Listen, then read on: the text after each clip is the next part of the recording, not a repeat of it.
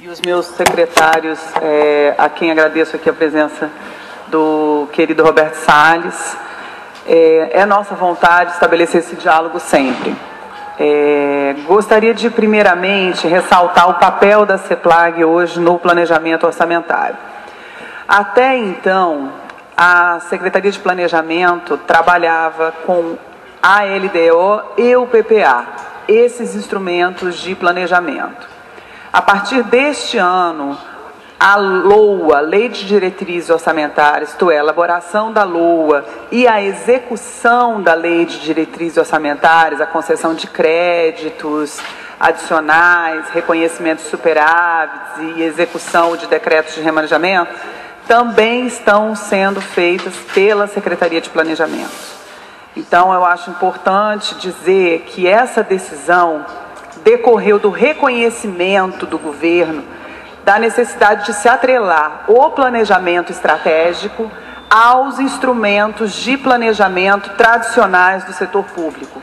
Como os senhores conhecem bem, nós tivemos o planejamento estratégico do Niterói que queremos e que chegamos aos desafios e às metas estratégicas.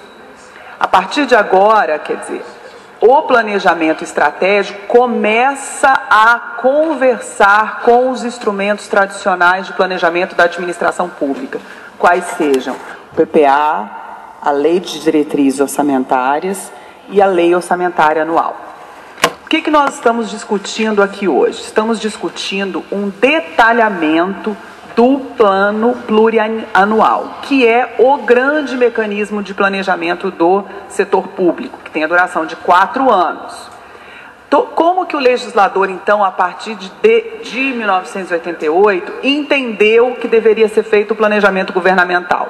Um planejamento de longo prazo, as leis de diretrizes que conversavam, isto é, interligavam esse planejamento de longo prazo com as leis anuais, dando as diretrizes e estabelecendo, então, quais deveriam ser as prioridades das discussões das leis orçamentárias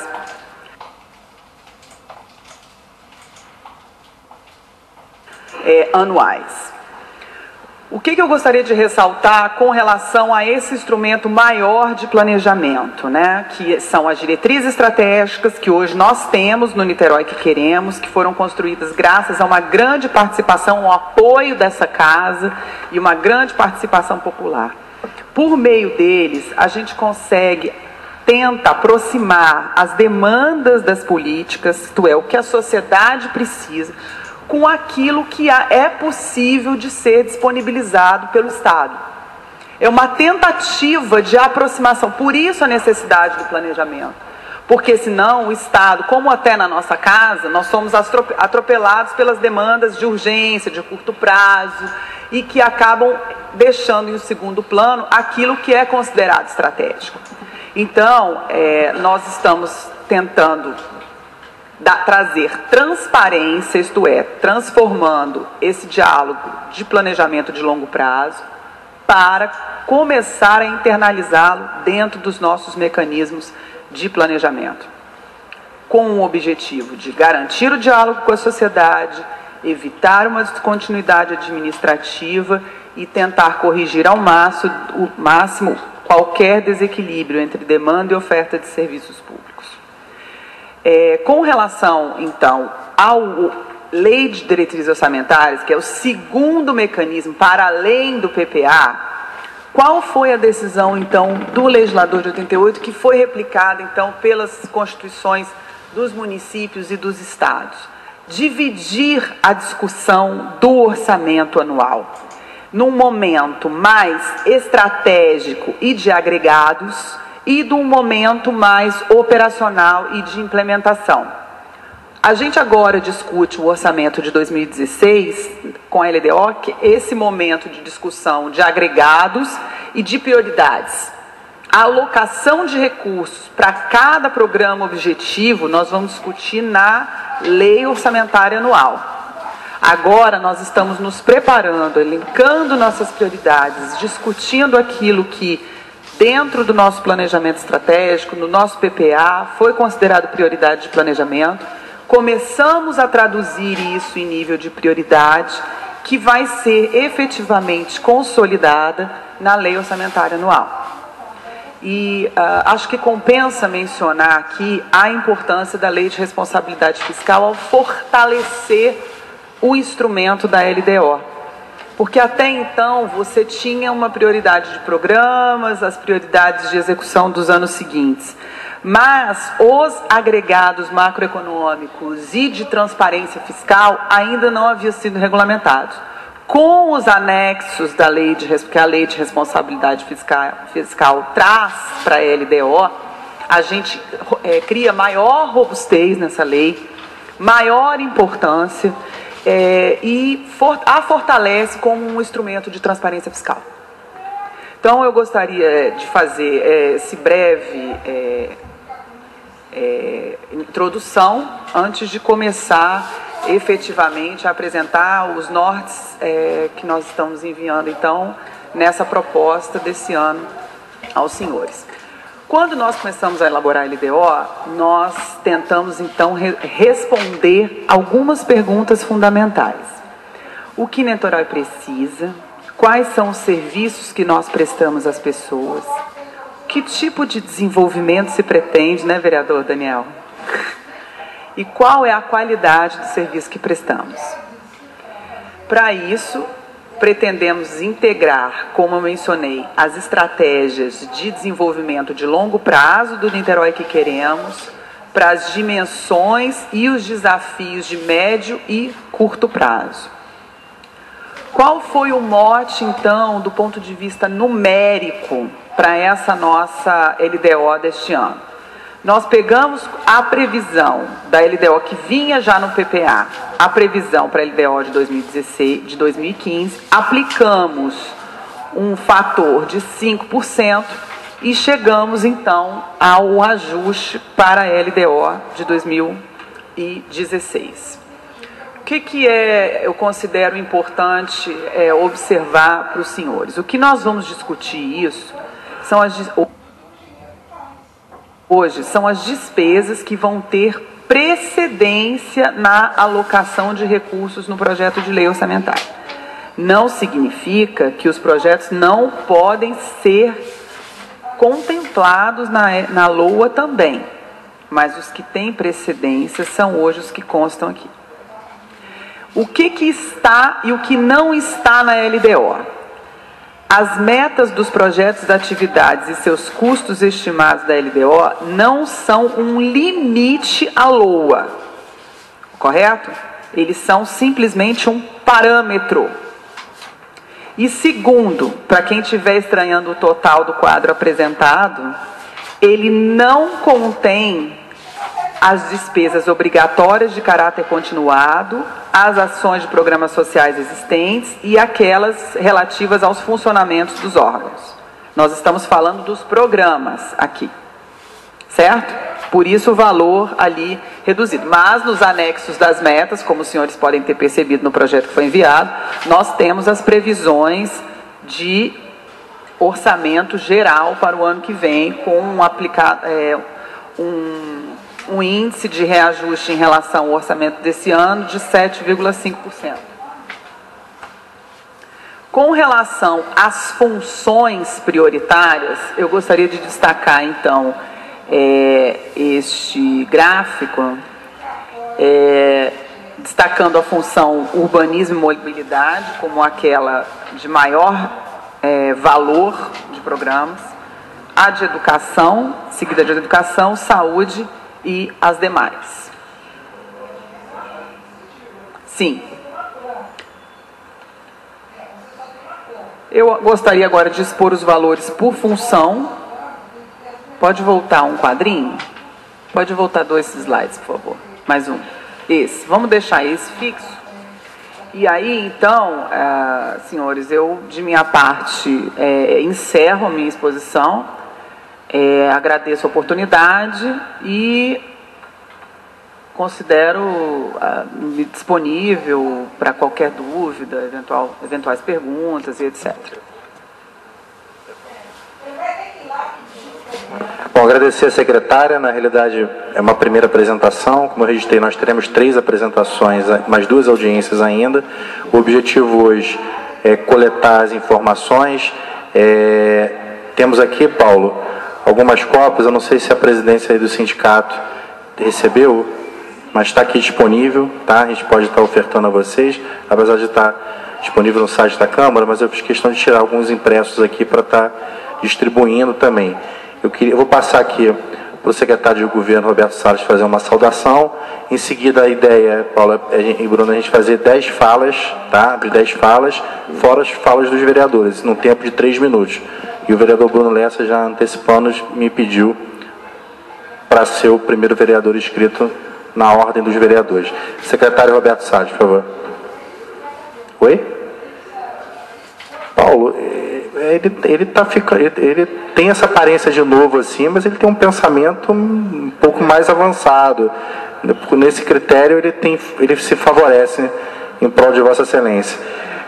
Detrimento de Vossa Excelência. Secretário Roberto Salles, por favor. Gostaria de dar boa noite a todos, cumprimentar todos os vereadores presentes, na pessoa do presidente Vitor Júnior, a nossa secretária de Planejamento, Giovana, a todos os presentes e fazer uma apresentação. Na verdade, estou há pouco tempo na Secretaria de Governo e, obviamente, o intuito de eu fazer parte da Secretaria de Governo é poder ajudar, né, ao nosso município, ao nosso prefeito, a desenvolver, né, as parcerias mais próximas, principalmente com as nossas entidades de ensino de Niterói, tanto públicas, privadas e confessionais, já que em Niterói circulam por dia mais de 50 mil estudantes de ensino superior.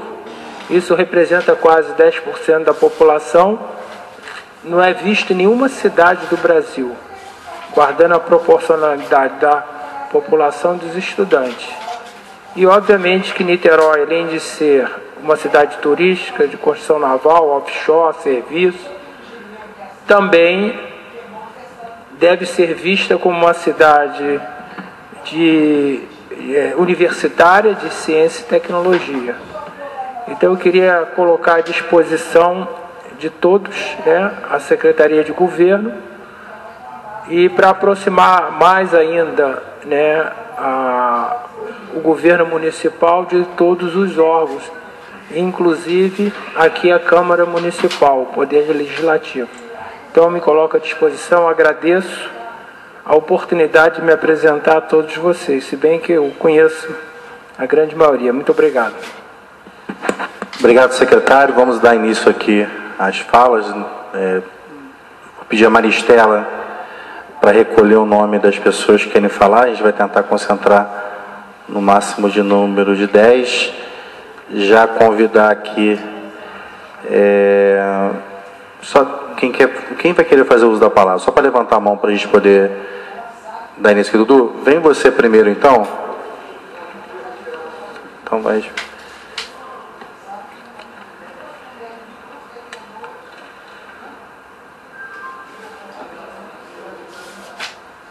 Convidar aqui o presidente do sindicato já para dar início. Vamos lá? Em seguida, o vereador, na ordem dos vereadores, Bruno, Daniel, Bira,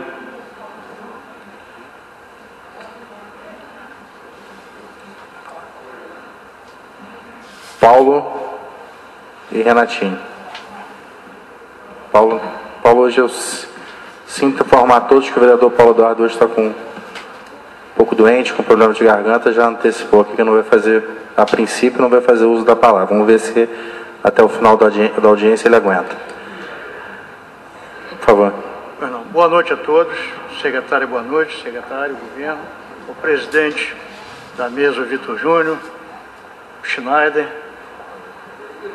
Também, boa noite. Boa noite, vereadores, todos aqui presentes. A minha fala hoje aqui seria uma fala até que eu passo um pouco do assunto diretamente discutido, que é a Lei de Diretriz Orçamentária. Além de eu falar, como eu não conheço a lei atual, eu imagino que ela seja igual às outras. Talvez poucas modificações tenham sido feitas. E diversas delas não são cumpridas pelo governo, infelizmente.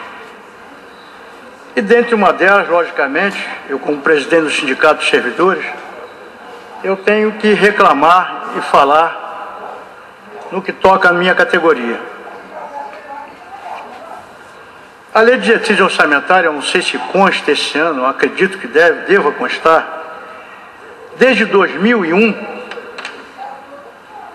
até a presente data, ela diz que o Poder Executivo tem a obrigação de fazer previsão para os planos de carreira dos funcionários, transformações de cargos e vários outros benefícios para a categoria. Cursos para os funcionários municipais, tanto do Executivo como do Legislativo, e desde 2001 isso nunca foi cumprido. Nenhum governo cumpriu isso.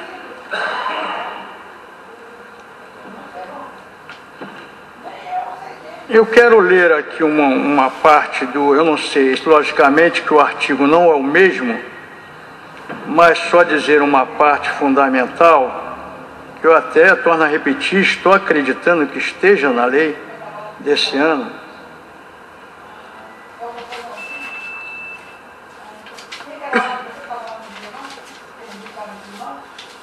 Que ela diz o seguinte: para fins de atendimento ao disposto no artigo 69, parágrafo 1º, inciso 2 da Constituição Federal, fica autorizado as concessões de quaisquer vantagens, aumentos de remuneração, criação de cargos, empregos e funções, alterações da estrutura de carreira, bem como admissões ou contratações de pessoas por concurso público ou a qualquer título, observado dispor no artigo 181 da Lei Complementar número 100, que é a Lei de Responsabilidade Fiscal. E torno a repetir, de 2000 anos para cá, nada disso foi cumprido. Funcionário público há mais de 20 anos que espera um plano de carreiras. Temos lutado bastante, temos tentado resolver através do diálogo. Tivemos várias reuniões com os governos passados e também com o governo atual, que nos prometeu até em campanha que ia valorizar o servidor municipal. Acreditamos piamente nisso, mas até agora, infelizmente, foi feito tudo ao contrário. Em vez de valorizar, está desvalorizando cada vez mais a categoria. De acordo com a Lei de Diretriz Orçamentária, onde tem essas previsões para que se faça os planos de carreira, transformações de cargo, entre outros, essas previsões de verbas estão sendo totalmente desviadas. Ao invés do governo fazer o plano de carreira, todos os governos, não só o atual, ele prefere fazer contratações através de cargos comissionados. São mais de 5 cargos comissionados na Prefeitura de Niterói. Mais de 5 mil, desculpa, muito obrigado. Mais de 5 mil cargos em cargos comissionados. Isso é um verdadeiro desvio de verba. O prefeito incorre em erro gravíssimo que nós estamos providenciando, entrando com ações contra essa atitude do governo. Como entramos no governo passado também, que está correndo o processo. E essas contratações são totalmente ilegais. Cargos em comissão, era para aqueles cargos para assessoramento, chefia e direção. Não para cargos rotineiros da administração pública, não para cargos comuns na administração pública. E o que se vê hoje são cargos que compõem a administração rotineiramente, funcionários nomeados em cargo de comissão, exercendo função burocrática, como escriturados, atendendo ao público, sem cargo de direção, chefia e assessoramento. Já tem julgamento do Supremo Tribunal Federal contra isso. O Supremo, numa ação de inconstitucionalidade lá do estado de Mato Grosso e de Tocantins, julgou que essas contratações são ilegais. E, infelizmente, elas são continuadas. Os governos continuam fazendo a mesma coisa, continuam errando e ninguém toma providência. Infelizmente, a Câmara Municipal também se omite quanto a isso. A Câmara Municipal, ao longo dos anos, não tem tomado providência nenhuma. A Câmara Municipal, hoje, acredito que nós tenhamos uma Câmara Municipal de alto nível, de vereadores, que eu tenho visto debates aqui, vereadores inteligentes, isso que é mais estarrecedor, porque se tão inteligentes eles tinham que tomar atitude. Quando é uma Câmara de vereadores que não entende nada, podia dizer, são omissos porque não entende nada. Mas aqui tem vereadores inteligentes, que conhecem leis, e não tomam atitude porque não querem. Não é uma Câmara independente. Infelizmente, eu sou obrigado a falar isso. Apesar de ter um bom trânsito com alguns vereadores, tenho amizade com alguns deles, mas a Câmara realmente tem pecado nesse ponto, como em outros também. Nós temos feito várias denúncias, nós temos mostrado ao governo, à Câmara e à população os erros que estão sendo cometidos e ninguém faz nada. Então hoje, eu teria até muitas coisas para falar, é que infelizmente na Câmara Municipal, como diz o Renatinho, ninguém pode falar. Você sempre reclama a tribuna livre que tivesse pelo menos uma audiência, uma sessão em que as pessoas pudessem falar, e nós não temos esse direito. Então, aproveitei o dia de hoje, além de discutir, logicamente, a lei de exercício orçamentário, que é importante não só para a gente, como a população de Niterói, que nós também somos população. Nós, além de funcionários, somos população, pagamos também impostos. Nós não somos isentos de impostos. Então, logicamente, que tudo que se refere à população nos atinge e nós queremos também participar dessas discussões.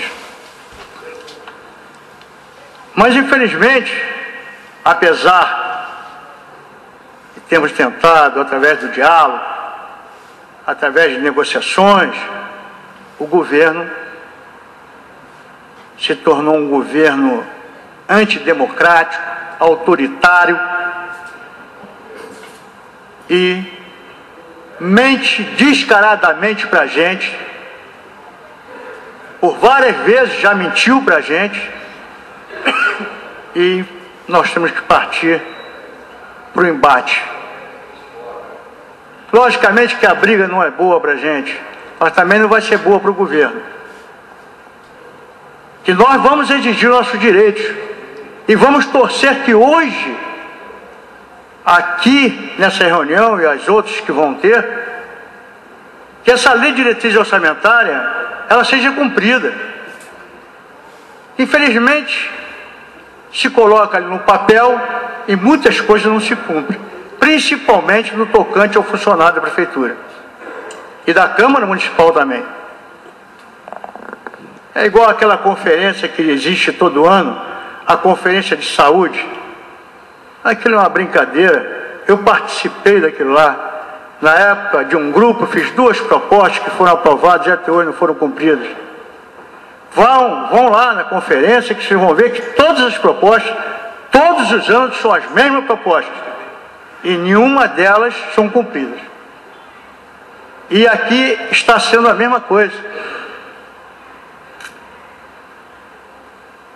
Infelizmente, eu fujo até um pouco do assunto, mas sou obrigado pela oportunidade que eu estou tendo de falar algumas coisas, poder também alertar alguns vereadores que estão presentes, grande parte não está aqui, sobre os problemas mais sérios que nós temos denunciado. Inclusive aqui, senhor, me desculpe fugir um pouquinho do assunto, mas ao mesmo tempo ele faz parte do assunto também. Faz parte do assunto. Que foi dito aqui na Câmara, pelo vereador Bira Marques, que a notícia que saiu no Globo Niterói, matéria jornalística que nós participamos, e a maioria foi dito pelo jornalista, e um trecho que nós falamos, que era mentira aqueles vencimentos que os 5 secretários que nós denunciamos estavam recebendo. Lamentavelmente, talvez o senhor não tenha conhecimento disso, assumiu a vereança agora, aquilo ali é verdade. E nós temos provas disso. O Ministério Público me mandou entregar os contra-cheques desses secretários. E está provado que eles recebem salários acima do teto constitucional. E que o prefeito está pagando. Isso sai do orçamento do município. Aí uns falam,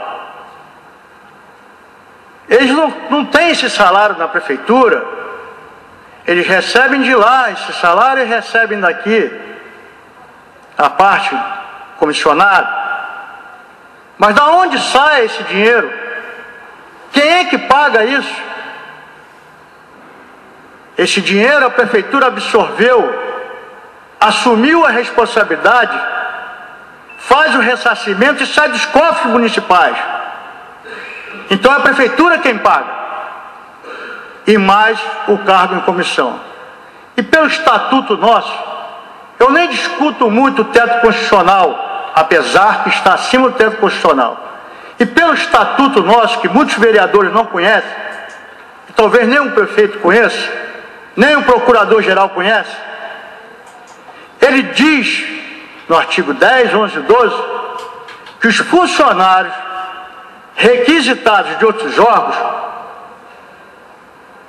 quando vêm para a prefeitura e não pertencem ao quadro do município, eles têm que fazer a opção pelos seus vencimentos, como todo servidor efetivo da prefeitura faz. E ele, ao fazer a opção pelo vencimento, ele recebe apenas 2/3 do cargo, e o órgão de origem dele é que é obrigado a pagar. Isso está no nosso estatuto. O estatuto diz isso. E é uma incoerência, uma afronta à Constituição. O governo está pagando sobre o problema da impessoalidade, da legalidade, da moralidade. Como é que um servidor efetivo, que é nomeado por um cargo de comissão, ele é obrigado a fazer a opção pelo vencimento ou não, mas quando ele faz a opção pelo vencimento, ele recebe apenas 2/3. E como é que esses funcionários, esses outros servidores de outros órgãos, vêm para a prefeitura e recebem integral? O nosso estatuto não permite isso. Isso é desvio de verba também. É um pagamento ilegal, tenho certeza disso. E sobre o teto constitucional, se os senhores não sabem, no dia 15 de abril, agora, recentemente, teve uma decisão do Supremo Tribunal Federal, não sou eu que estou falando, decisão do Supremo Tribunal Federal, que tem repercussão geral,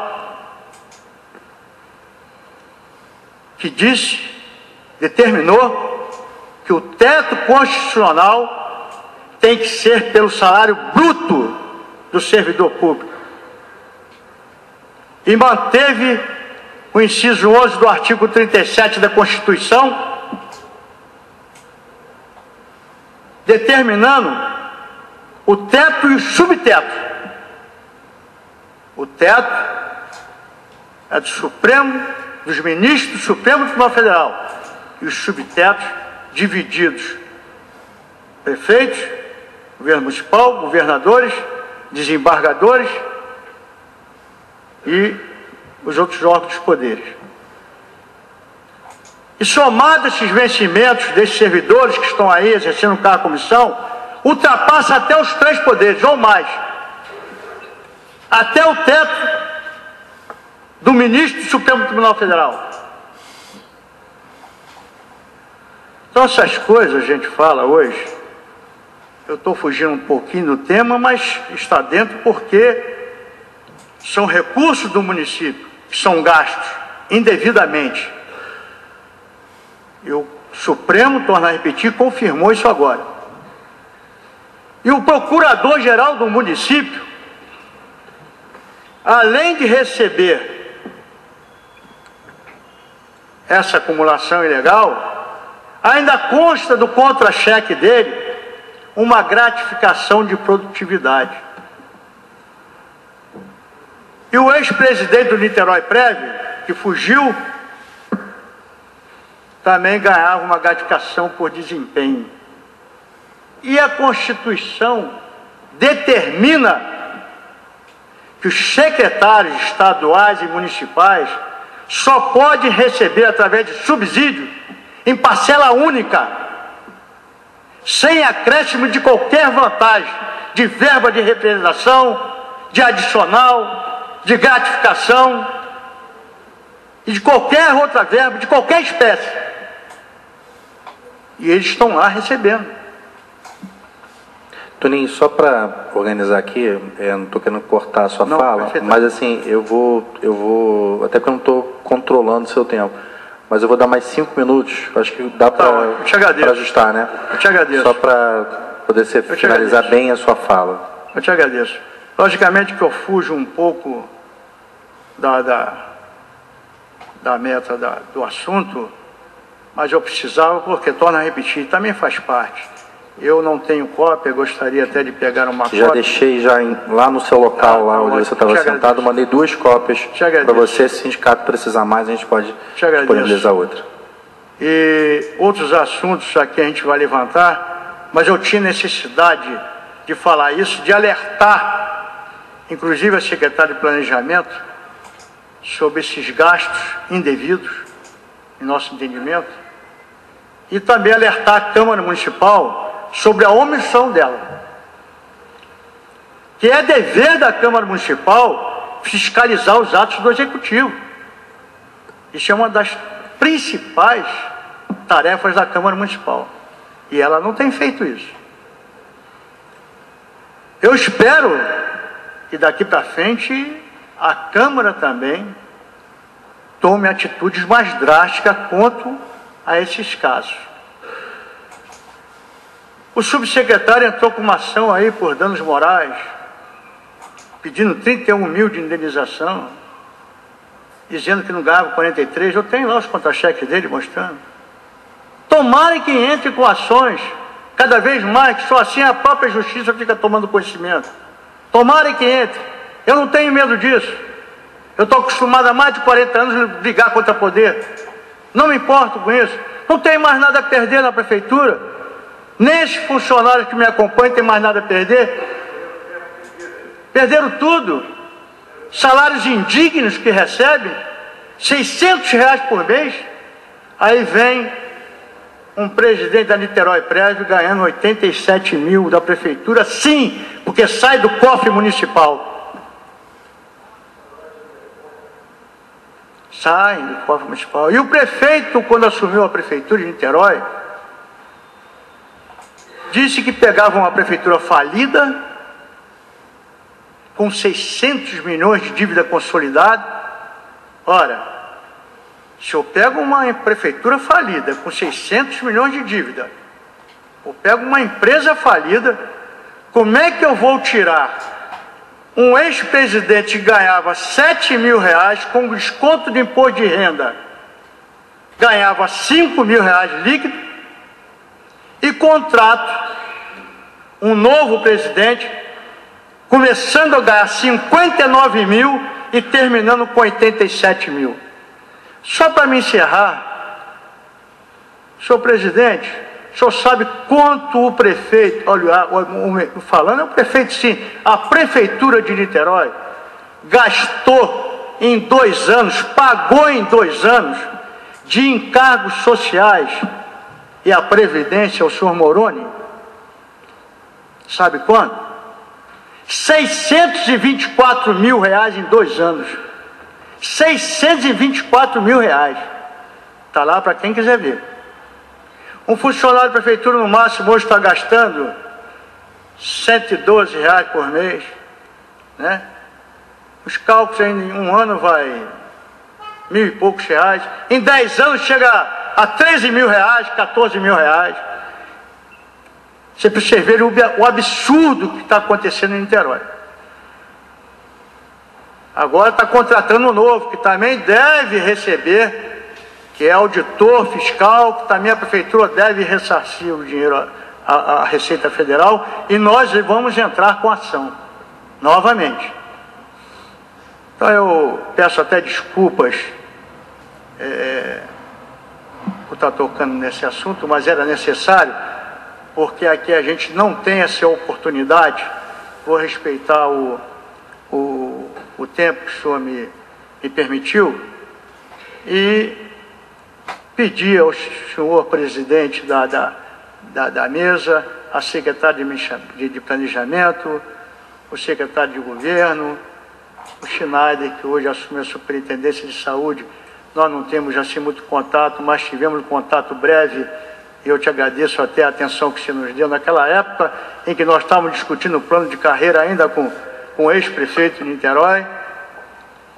Também agradeço aos vereadores e peço desculpas se for um pouco mais extensivo nesses casos, mas eu quero agradecer e pedir que tome providências quanto a isso. Muito obrigado.